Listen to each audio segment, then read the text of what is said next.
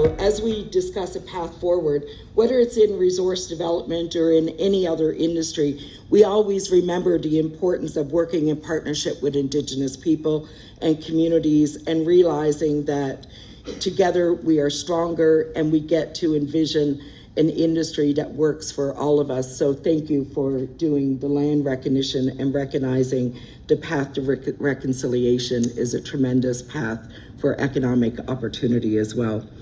So thank you all for being here. I feel like I honored every year I get invited to come back and speak at this conference, but as I always say, no matter where I'm to in the world, there's no better address for mining than Labrador, and especially in Labrador West. So everywhere I went in the world, even in Iceland last 2 weeks ago, in meeting about critical minerals around the world, I don't have to stand up and explain Labrador's mineral opportunity to anyone in that room or anyone in the industry around the world. So it's a great address, and we certainly have that going for us. But we also know that while there is opportunities, there's always challenges to get there. And we know that very well in Newfoundland and Labrador. And listen, we know how to succeed in those challenges. We've done it over and over again. So for us, I guess, as a government, we always look at and worry about where Canadians are when we're transitioning in any environment, whether it's in mineral, oil and gas, or energy, I guess, in a broader scope. We have to be cognizant of that. And we know that many Canadians, and understandably, they worry about climate change. And I know in my riding, we do. We're seeing rapid wildfires that are more aggressive than we've ever seen in our lives. We're seeing thawing sea ice more rapidly than we've ever seen in the past. We're seeing flooding and windstorms that are unsurpassed by anything we've had in the past. So we know that people worry about climate change, but we also know they worry about their economic situation. They worry about where their jobs are going to come from, what the future for their children is going to look like. And I believe that in this country and in this province, we are leaders in how we find solutions to all of those things, whether it's around energy, clean mineral development, or around creating jobs in sustainable communities. So Canada sees these opportunities, and we know that we have to be a part of enabling the country and companies to getting to a transition to a clean zero economy. And that's what we've been doing. And first, that starts with accepting the reality of climate change, accepting the science that is out there, and ensuring that we use this information to inform and shape a new economic strategy. And sometimes there's a lot of pushback against that. But I think it's becoming more understandable and clear that we all have to be a part of this solution. So to ensure that we can seize this economic opportunity, last year I talked about the fact that we were investing $4 billion into the strategy for critical minerals. That is starting to materialize on the ground across the country. And you only have to look at the capital expenditures and in the mineral sector that have been surging and is expected to reach up to nearly 24 billion this year, which is a 16% increase over 2022. So these investments are making a difference. And we know that with the Government of Canada's investments comes a lot of private sector investments as well that is really shaping what that looks like. So in Newfoundland and Labrador, the industry today is generating well over 9,000 great jobs, well-paying jobs in communities all over the province. And we also know that this year we will reach nearly $5 billion annually in provincial GDP from the mining sector. So what you're doing is a valuable, valuable contribution to the province's future, but also to the country. I know we've seen a big transition just in the last few years in Labrador alone, where we've seen Vale go underground, and I know Robert's here. I'm sure he'll be presenting to you guys about the fantastic work that they've been doing at the Vale site in Voisey's Bay and boat in Long Harbour.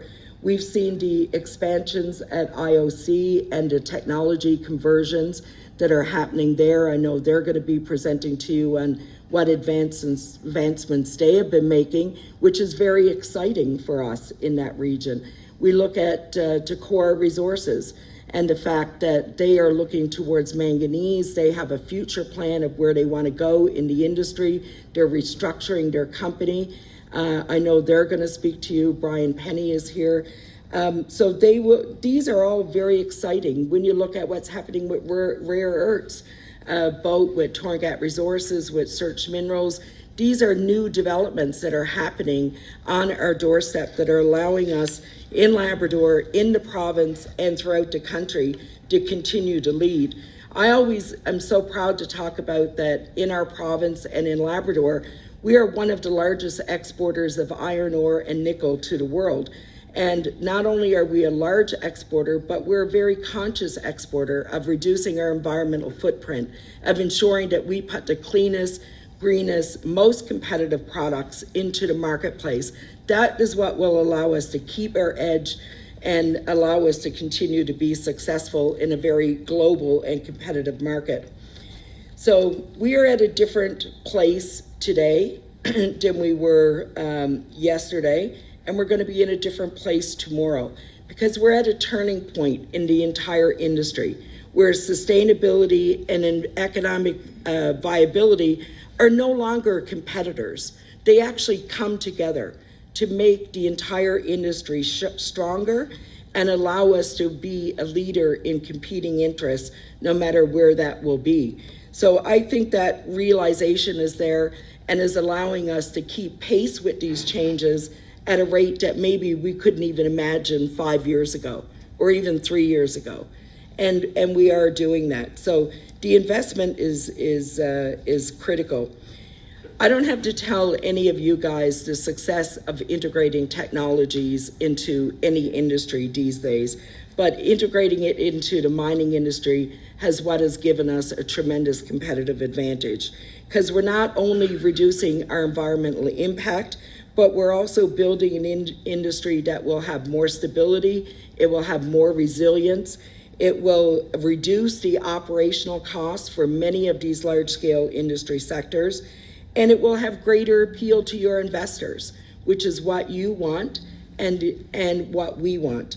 So we're making sure that in working together, we are creating that greater appeal that investors need, that companies need, and that our province and country needs.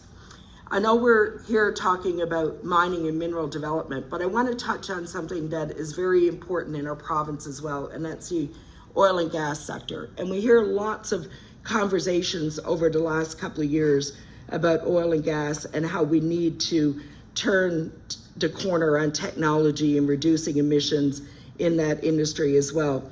And yesterday, Minister Wilkinson did announce the oil and gas pollution cap regulations. And I want to speak to that for a few minutes because here in Newfoundland and Labrador, we already have some of the lightest crude that is being produced anywhere in the world. And we are a competitive producer. We are a competitive commodity. And what we've seen yesterday with the cap on pollution is that it's going to allow Newfoundland and Labrador to continue to produce oil and gas for a very long time into the future because of the measures that we're taking. We'll continue to be one of the strongest global players and one of the strongest producers of cleaner crude anywhere in the world, making our commodity here in Newfoundland and Labrador one of the most competitive and one of the commodities that will continue to generate tremendous wealth, jobs, and business opportunities in Newfoundland and Labrador. And I wanted to mention that because I think it's good news, and it can only be done with minerals, and that's the key. So there's a lot of heavy weight on your shoulders, I know that, but I also know that you're more than prepared for the competition that's out there. So if we're going to continue to be that large producer of minerals, that large producer of oil and gas, and that large exporter that we want to be in this little province of Newfoundland and Labrador, then we need all of you doing what you're doing around critical minerals. I know when the minister speaks today, he'll talk about adding iron ore to the critical minerals list. That was a huge plus for us in this province, in Labrador in particular. I thank all of you out there that worked on that with me to make that happen. And I think it's a real advancement for us in where we're going in the mineral sector across the region. I'm not going to take up much more time because I know Crispin gets excited and he wants to get this conference on the go, and all of you do as well.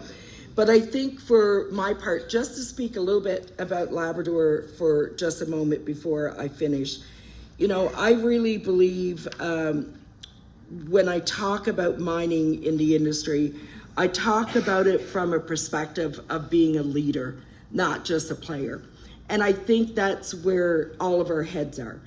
As we turn this corner and make this transition, how do we ensure that commodities that we're producing in our province and in Labrador in particular, in iron ore, nickel, rare earths, all those critical minerals that we need, that we can continue to do so and ensure that benefits remain in the regions and in the province.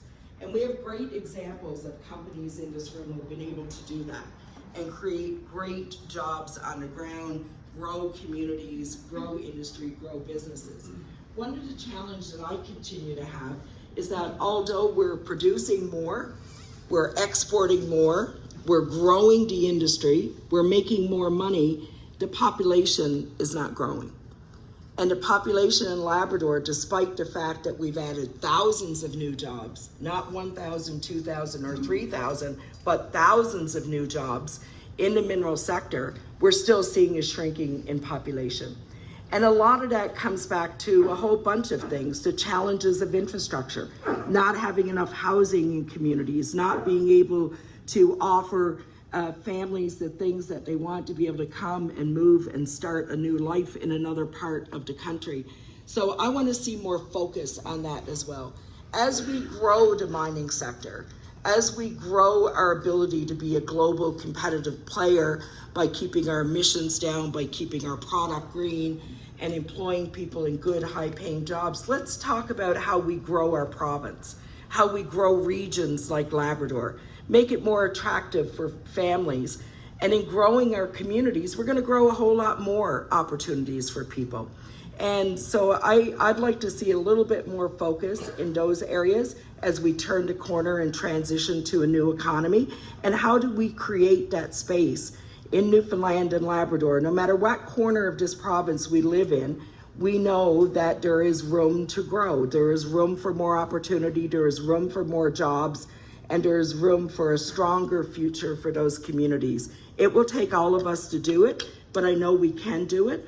We're doing it in minerals right now. We're making a turn that most of the world could not see or forecast just a few years ago, and we're already on that train.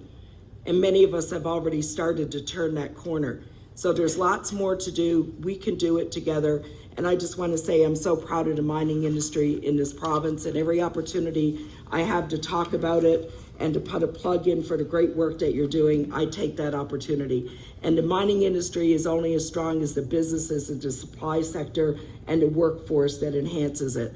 So all of you have a critical role, and I'm here to work with you to make that happen. So thank you very much.